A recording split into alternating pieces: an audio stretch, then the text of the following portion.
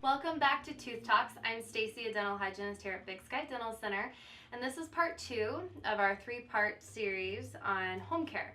Last month we did it on brushing techniques. Today is about flossing. Just to start, flossing is kind of hard for people to get a hang of, and it's also hard for people to really feel like they need to do.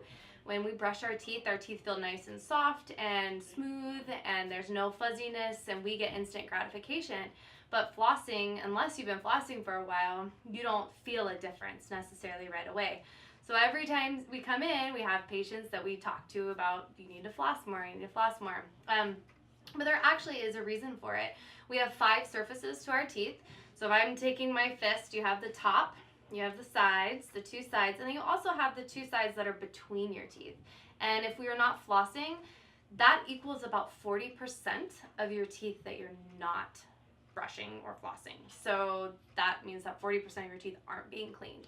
So hence why we have to floss, not only for helping prevent cavities, but also gum disease and gingivitis and bleeding gums. We need to get that bacteria out from between our teeth. So to kind of go over proper brushing techniques, there are a couple different aids that you can use. Really, any string just needs to get between where the teeth connect together. So it can be anything. We have your regular floss that you put around your hand.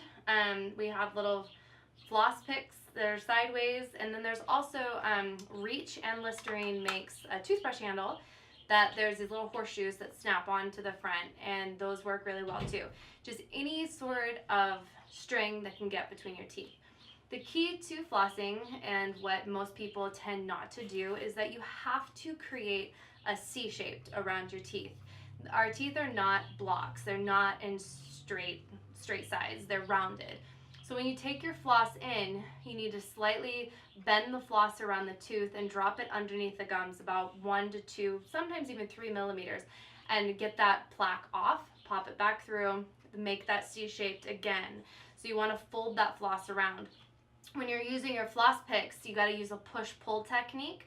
You'll want to pull the string to make that nice C-shaped, gently work that floss down, pop it up, and then flip sides.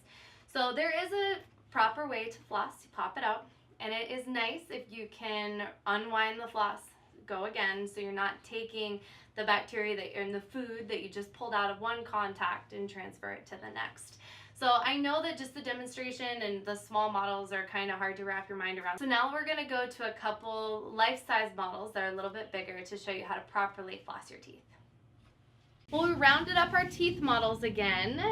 We have a couple people from the office who wanted to be our demonstration. So these are our teeth, and then we have our gums down here. There they are. Excited to be here. Me and Dr. McClung are your fingers, and this is your mint floss. You can use whatever kind you want, but we have mint today. So we're gonna come over here. Make sure you take your floss in between the contact area where your teeth touch. Drop it down slightly below your gum, make that C-shaped, and gently go up and down. Pop it back through the contact. We're gonna come over, go back down, find that C-shaped, gently move underneath the gum tissue. As you come back and over, we have to let some of the floss out, wrap up again around your finger, because you don't want to take the plaque from those teeth and put it over on this side. Then you drop it down again and make your C shape. Moving on and continuing all throughout your mouth.